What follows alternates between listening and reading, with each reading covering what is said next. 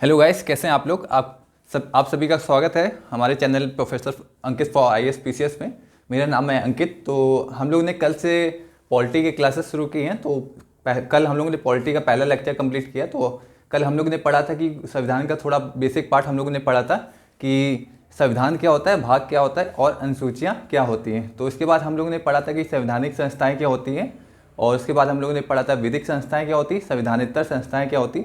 तो इतना पार्ट हम लोगों ने कल कंप्लीट कर लिया था। तो आज हम लोग पढ़ेंगे कि संविधान की ज़रूरत क्या हुई, ज़रूरत क्यों पड़ी। तो उसे आज हम लोग बहुत अच्छे से पढ़ने वाले हैं। तो प्लीज़ आप लोग ध्यान से देखिएगा। तो पहली हेडिंग होगी संविधान की ज़रूरत क्यों पड़ी। तो संविधान में देख लेते हैं संविधान की ज़रूरत क्यों पड़ी। तो संविधान में कुछ संस्थाएं होती हैं।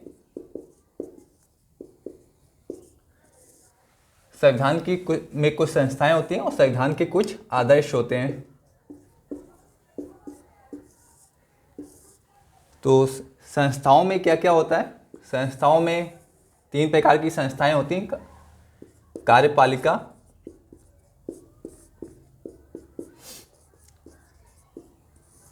विधायिका,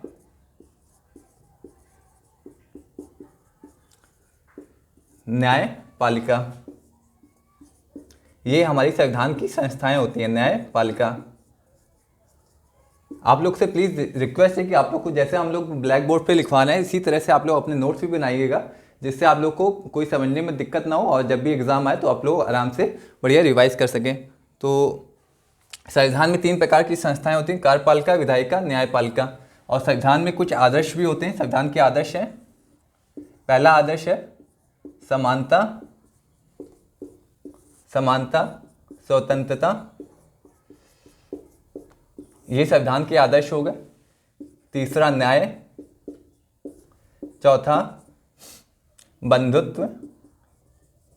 ये सभी संविधान के आदर्श हो गए। इन पे हम लोग बाद में आएंगे।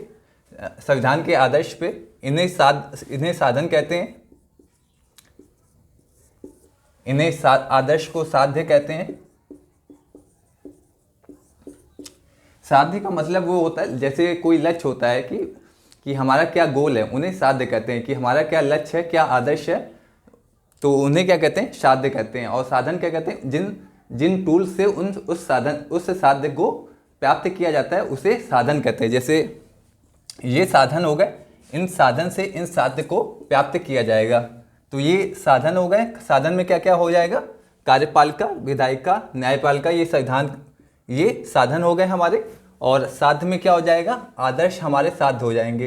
तो आदर्श में क्या है, समानता है, स्वतंत्रता है, न्याय है, बंधुत्व है। तो इन साधनों की मदद से इन साध्य को प्राप्त किया जाएगा। तो साध्य क्या होते हैं, हमारे गोल होते हैं, हमारे लक्ष्य होते हैं, जिन्हें हमें प्राप्त करना होता है। और किसकी मदद से प्राप्त करेंगे, उन्हें क्या कहते हैं, उन्हें साधन कहते हैं। जैसे यहाँ पे साध्यों को संस्थाओं की मदद से प्राप्त किया जाएगा। जो आदर्श हैं इन्हें हम कैसे प्राप्त करेंगे, इन संस्थाओं की मदद से प्राप्त करेंगे। तो ये हमारे साध्य हो गए और ये हमारे साधन हो गए। तो साध्य और साधन में आपको अंतर पता चल गया होगा। साध्य हमारे वो लक्ष्य होते हैं, गोल होते हैं, आदर्श होते हैं। और साधन वो होते हैं जिससे हम अपने साध्य को प्राप्त करते हैं। तो इस केस में साधन क्या हो गए, संस्थाएं हो गए। और साध्य क्या हो गए, आदर्श हमारे साध्य हो गए। ये हमारे लक्ष्य हो गए, गोल हो गए।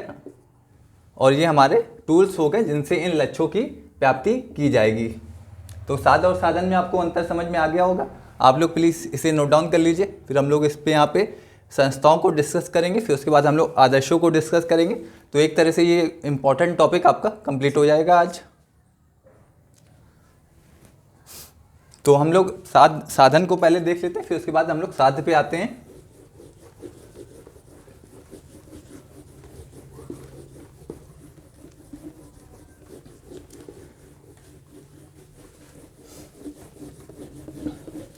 साधन में हमारे कार्यपालिका, विधायिका, न्यायपालिका 3 संस्थाएं हो गई। ये संस्थाएं हो गई 3 संस्थाएं। कौन सी हो गई, 3 संस्थाएं हो गई। कार्यपालिका, आप लोग प्लीज़ ध्यान से समझिएगा और नोट्स बनाते चलिए।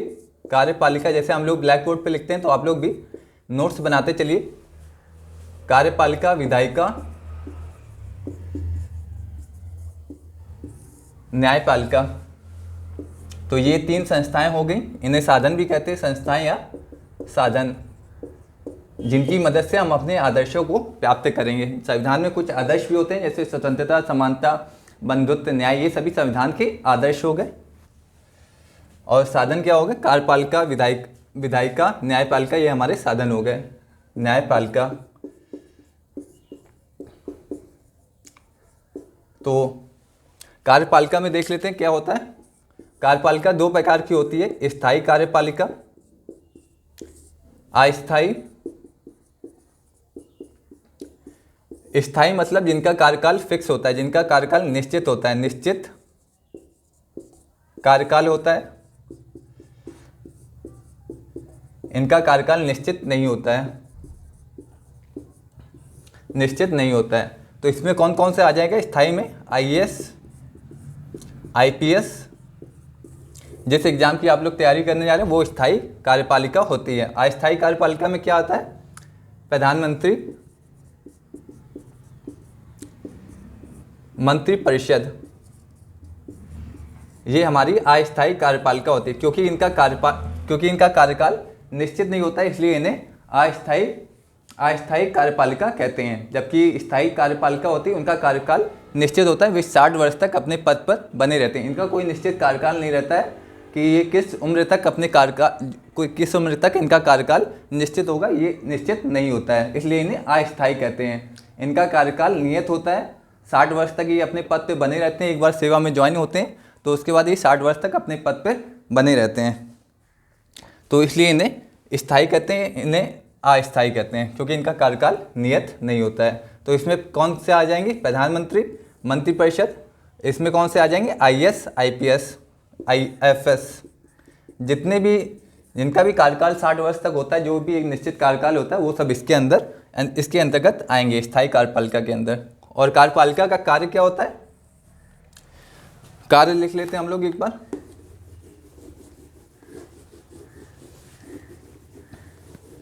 कार्यपालिका का कार्य होता है, जो भी संसद विधि बनाती है उन विधियों को लागू कौन करता है? हमारे देश की कार्यपालिका उस देश संसदीय विधियों को लागू करती है। जो भी संसद विधि बनाएगी इन विधियों को लागू कौन करेगा? कार्यपालिका का कार्य क्या होता है? संसदीय विधियों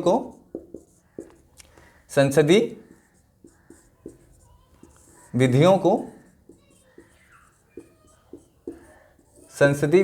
लागू करना। संसदीय विधियों को लागू करना। संसदीय विधि क्या होती है? जो भी विधि संसद द्वारा बनाई जाती है, उस विधि को क्या कहते हैं? संसदीय विधि।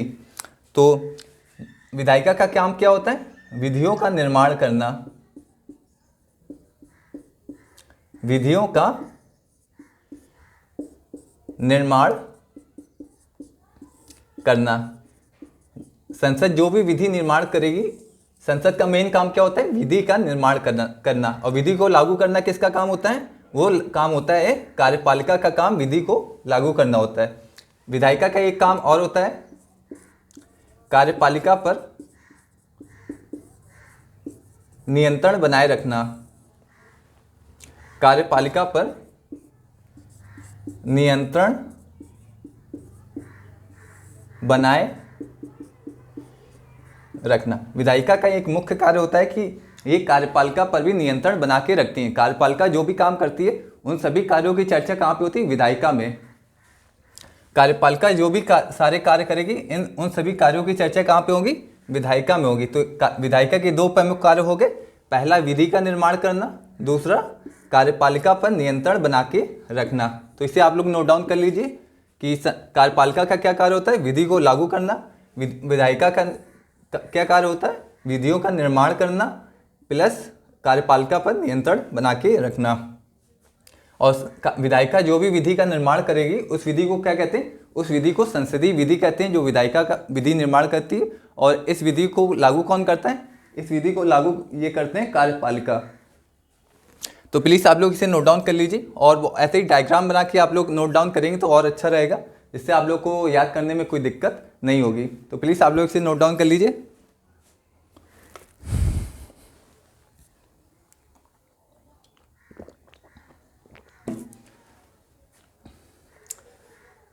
उसके बाद हम लोग न्यायपालिका देख लेते हैं। न्यायपालिका का क्या कार्य होता है? न्यायपालिका का कार्य होता है विवादों का समाधान करना। विवादों का समाधान करना। कौन से विवादों का? केंद्र राज्य के बीच, राज्य के बीच, पति पत्नी के बीच। तो सारे विवादों का निपटारा कौन करता है? न्यायपालिका करती है। सारे विवादों का निपटारा कौन करता है? न्यायपालिका करती है। जब कार्यपालिका अपना कार्य करे, विधायिका अपना कार्य करे और न्यायपालिका अपना कार्य करे, कोई एक दूसरे के कार्यों में हस्तक्षेप ना करे, तो इस सिद्धांत को क्या कहते हैं? शक्ति पृथक्करण का सिद्धांत। जब कार्यपालिका अपना कार्य करे, विधायिका अपना कार्य करे, न्यायपालिका अपना कार्य करे, तो और एक दूसरे के कार्यों में हस्तक्षेप ना करें, तो इसे क्या कहते हैं? शक्ति पृथक्करण का सिद्धांत। शक्ति पृथक्करण का सिद्धांत। जब ये कोई भी संस्था किसी दूसरे के कार्यों में हस्तक्षेप नहीं करती, जैसे कार्यपालिका विधायिका के कार्य में हस्तक्षेप ना करे और विधायिका न्यायपालिका के कार्य में हस्तक्षेप ना करे, तो इस सिद्धांत को क्या कहते हैं? शक्ति पृथक्करण का सिद्धांत। जब कोई भी संस्था एक दूसरे के कार्यों में हस्तक्षेप ना करें, पूरे स्वतंत्र होकर एक दूसरे को कार्य करने दे, तो इस सिद्धांत को क्या कहते हैं? शक्ति पृथक्करण का सिद्धांत। बहुत ही इंपॉर्टेंट सिद्धांत है। हम लोग आगे इसे बहुत अपने आंसर्स में इसे देखेंगे कि ये हर जगह यूज़ होगा, शक्ति पृथक्करण का सिद्धांत। इसका मतलब क्या होता है कि सारी संस्थाएं इंडिपेंडेंट स्वतंत्र होकर काम करें, कोई भी संस्था एक दूसरे के कार्यों में हस्तक्षेप ना करे, तो इस सिद्धांत को क्या कहते हैं? शक्ति पृथक्करण का सिद्धांत। तो इसे आप लोग प्लीज़ नोट डाउन कर लीजिए।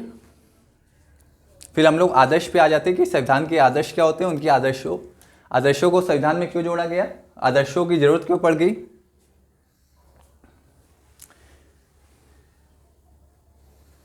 तो आप लोग इसे प्लीज़ नोट डाउन कर लीजिए। फिर इसके बाद हम लोग देख लेते हैं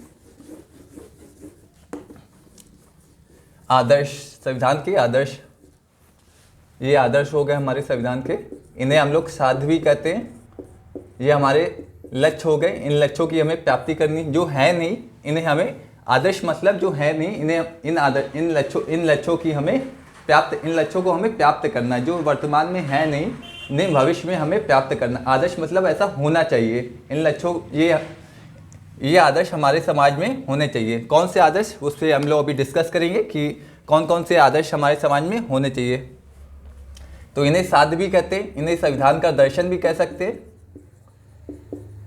संविधान का दर्शन भी कह सकते हैं, और इन्हें संविधान की मूल आत्मा भी कह सकते हैं। संविधान की मूल आत्मा बोलिए, आदर्श बोलिए, संविधान का दर्शन बोलिए, ये सभी एक ही नाम है। आदर्श, साध्य, संविधान, दर्शन, आत्मा, कुछ भी बोल सकते हैं। तो देख लेते कौन कौन से हमारे संविधान के आदर्श हैं जिनको हमें प्राप्त करना है, और कैसे प्राप्त करेंगे। संस्थाओं के माध्यम से सभी आदर्शों की प्राप्ति की जाएगी। संस्थाएं कौन सी हैं? जो हम लोगों ने पीछे डिस्कस किए हैं कि कार्यपालिका, विधायिका, न्यायपालिका, ये 3 संस्थाएं हो गए। इन संस्थाओं के माध्यम से इन आदर्शों की प्राप्ति की जाएगी। तो देख लेते हैं आदर्श कौन कौन से हैं।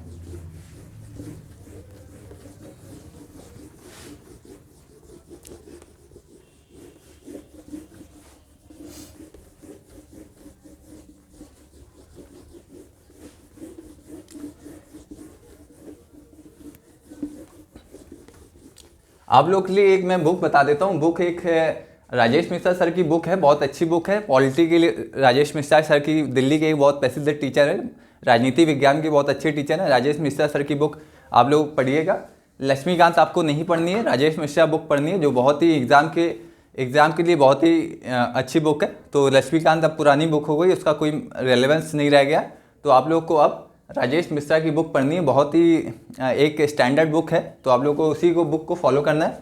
तो देख लेते हैं संविधान में आदर्श कौन से हैं। स्वतंत्रता, पहला आदर्श हो गया। समानता, तीसरा बंधुत्व, चौथा न्याय। ये सभी संविधान के आदर्श हैं। तो इन आदर्शों की जरूरत क्या पड़ी संविधान में, ऐसा क्यों हुआ कि इन आदर्शों को संविधान में जोड़ना पड़ा? ये हमारे संविधान के आदर्श इसलिए जोड़े गए क्योंकि जब संविधान लागू हुआ तो उस समय भारतीय समाज धर्म, जाति, लिंग पे आधारित था। तो एक तरह का समाज में असमानता थी, बहुत ज़्यादा असमानता विद्यमान थी। उसके साथ साथ स्वतंत्रता भी कई लोगों को नहीं मिली होती, जैसे नारियों को उतनी स्वतंत्रता पुरुषों की तुलना में कम मिली हुई थी। तो संविधान के द्वारा एक प्रयास किया गया कि हम एक ऐसे समाज का निर्माण करेंगे जहाँ पे कोई असमानता नहीं होगी, सभी को स्वतंत्रता मिलेगी।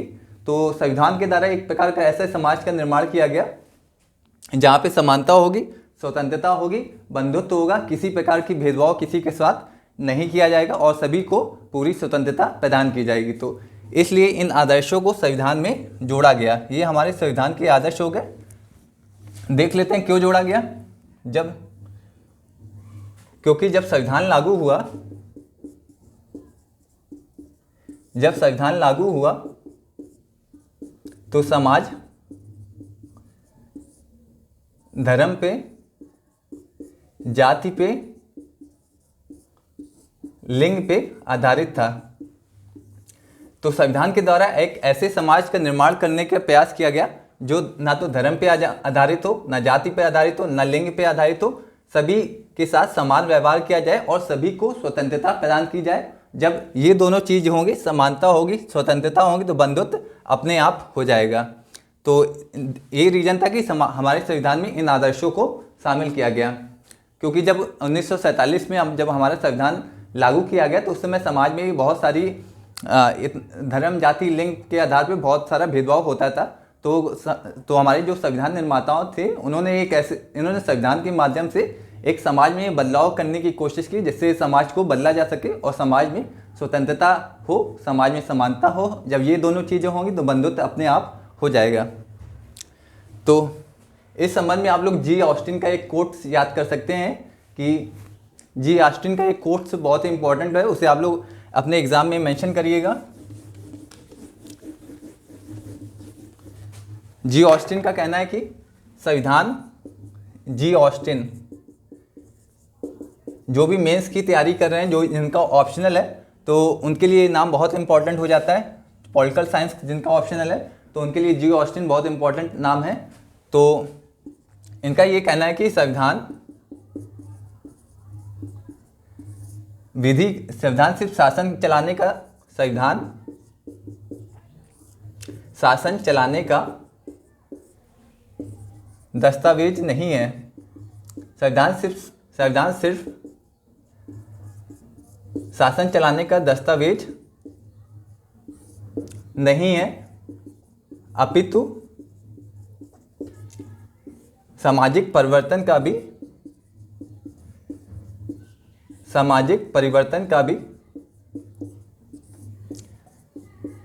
दस्तावेज है।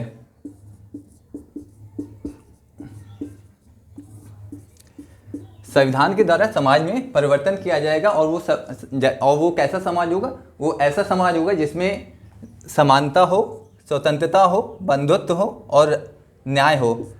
तो संविधान सिर्फ शासन चलाने का दस्तावेज नहीं कि संविधान का इसका मतलब ये नहीं कि हमारे सिर्फ शासन को चलाने के लिए संविधान का प्रयोग किया जाए। संविधान के द्वारा ऐसे समाज का निर्माण किया जाएगा जिस समाज में स्वतंत्रता हो, समानता हो, बंधुत्व हो और न्याय हो।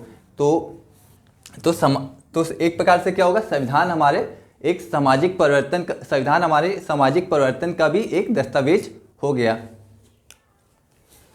इसे आप लोग, ये की पॉइंट हो गया, आप लोग इसे की पॉइंट को भी अंडरलाइन करते रहे।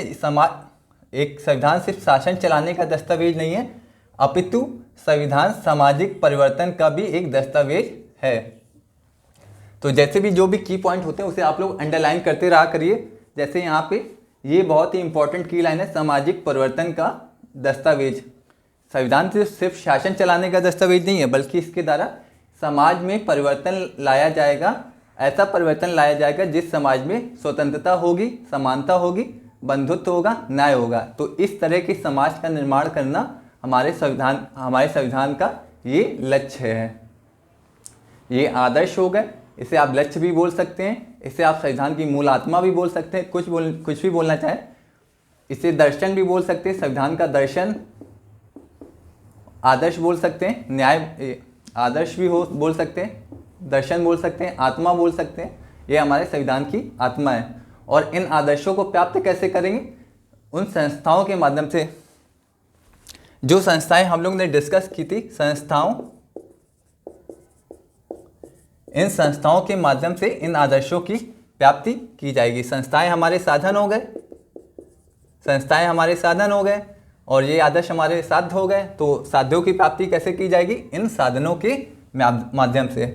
तो ये हमारा हो गया संविधान की ज़रूरत क्यों पड़ी। तो संविधान को ज़रूरत इसलिए पड़ी क्योंकि हमारा जो हमारा समाज था वो धर्म, जाति, लिंग पे आधारित था। तो हमारे संविधान निर्माता एक ऐसे समाज का निर्माण करना चाहते थे जो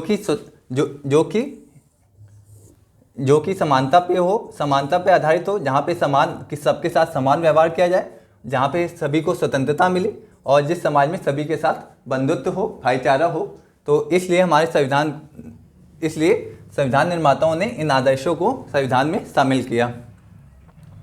तो आप लोग को अब पता चल गया होगा कि संविधान की ज़रूरत क्यों पड़ी। क्योंकि संविधान की ज़रूरत एक तो शासन चलाने के लिए हो गया, संविधान की ज़रूरत होगी, और एक सामाजिक परिवर्तन के लिए एक ऐसे समाज का निर्माण करना जहाँ पे समानता होगी, बंधुत्व होगी, स्वतंत्रता होगी, न्याय होगा। तो एक समाज के निर्माण के लिए भी हमारे संविधान की ज़रूरत पड़ी।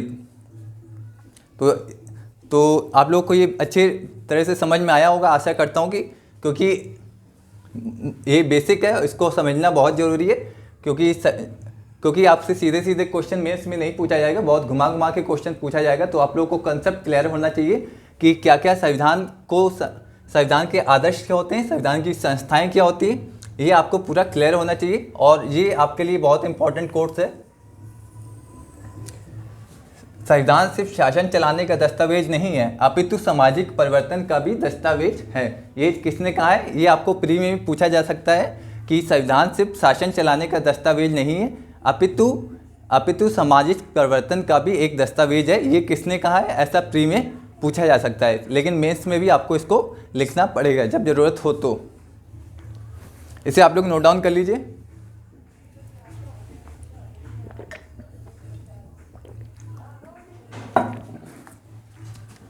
इसके बाद हम लोग एक और देख लेते हैं।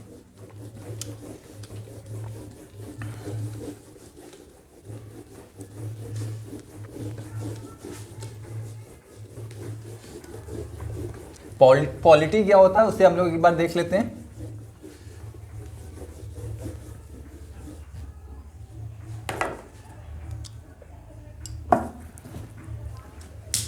पॉलिटी क्या होता है उसे एक बार देख लेते हैं। पॉलिटी राज्य व्यवस्था। राज्य व्यवस्था किसे कहते हैं? ये संविधान हो गया, संविधान के प्रावधानों को लागू करने के लिए संविधान के प्रावधानों को लागू करने के लिए विधि बनाती है। उन्हें क्या कहते हैं? संसदीय विधि कहते हैं। तो आप लोग भी डायग्राम बना के नोट कर लीजिएगा।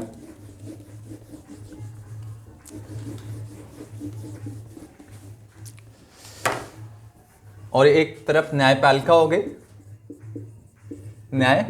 हो गई। ये संविधान की न्यायपालिका क्या करती है? संविधान की न्यायिक समीक्षा करती है। संविधान की